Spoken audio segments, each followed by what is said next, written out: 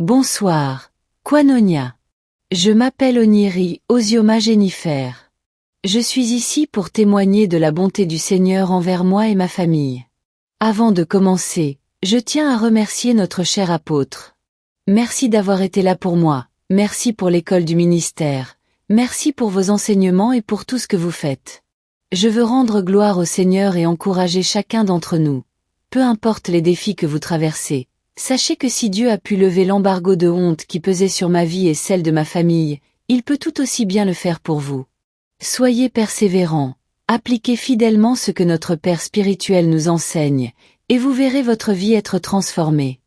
Il y avait un embargo spirituel contre moi, sans que je le sache. Après le décès de ma mère il y a quelques années, ma vie a connu de nombreux bouleversements. Rien ne semblait plus avancé, des événements étranges se multipliaient. Je ne comprenais pas ce qui m'arrivait et j'ai cherché des solutions partout, en vain. Plus tard, j'ai découvert qu'il existait, dans ma lignée maternelle, un pacte ancestral. Ma mère était censée servir une divinité locale.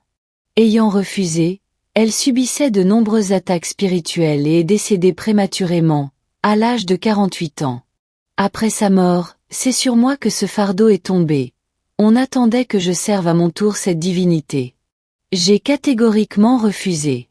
Je n'ai qu'un seul Dieu, et c'est lui seul que je sers. Dès lors, les problèmes se sont multipliés. Difficultés pour obtenir mes admissions universitaires, échecs inexpliqués, entretiens annulés sans raison, etc. Même après avoir passé mes examens, on affirmait que je n'étais pas présente dans la salle. D'échec en échec, je désespérais, sans trouver d'issue.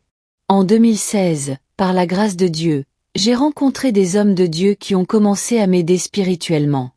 J'ai obtenu une nouvelle admission pour un second diplôme. Les choses s'amélioraient doucement, même si les combats persistaient, notamment sur le plan académique. Dieu me montrait des choses, mais venant d'une dénomination très restrictive, je ne comprenais pas tout et il était difficile pour moi d'accepter certaines vérités spirituelles. En 2018, 2 de mes camarades m'ont parlé d'un homme de Dieu Azaria. Ils m'ont envoyé des enseignements, notamment Commanding Result et Knowing God. La première nuit où j'ai écouté ces messages, j'ai eu de nombreuses expériences spirituelles. Intrigué, j'ai voulu en savoir plus sur cet homme de Dieu. Malheureusement, à cause des doctrines strictes de mon église d'origine, j'ai hésité et abandonné cette voie. Mais en 2021, confronté à de graves problèmes financiers après une mauvaise décision d'affaires, j'ai crié à Dieu.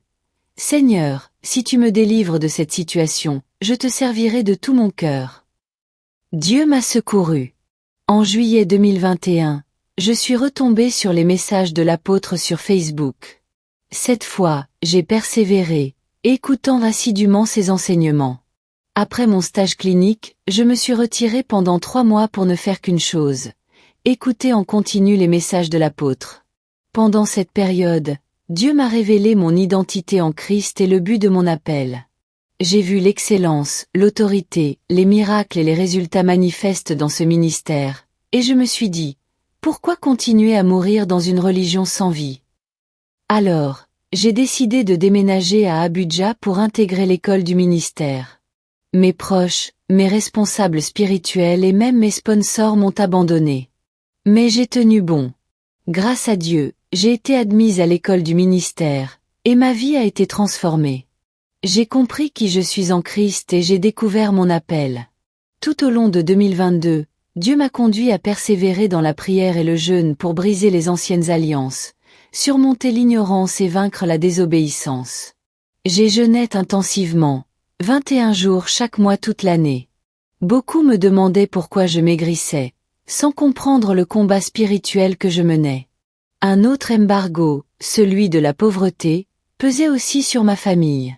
À plusieurs reprises, le père spirituel discernait des obstacles spirituels dans ma lignée, comparables à des pierres bloquant la progression.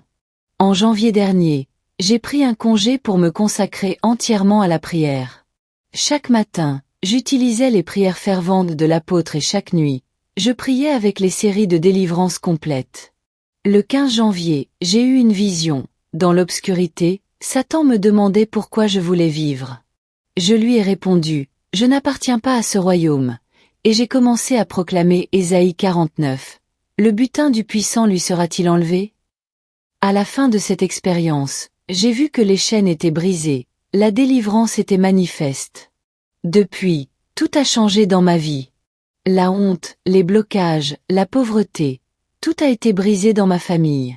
Dieu a restauré ce que nous avions perdu. Et il y a quelques semaines, lors du service des miracles, alors que je souffrais de douleurs dans le dos et la cuisse gauche, notre Père a prophétisé la guérison pour quelqu'un ayant des douleurs au dos. Par la foi, j'ai saisi cette parole, et depuis, je suis totalement guéri. Je rends toute la gloire à Dieu. Je remercie tous les dirigeants et serviteurs de cette maison spirituelle. À vous tous ici présents, je veux dire, persévérez. Le diable finira par abandonner votre vie. Continuez à avancer, et nous accomplirons tout ce que Dieu a prévu pour nous, au nom de Jésus. Merci, Papa.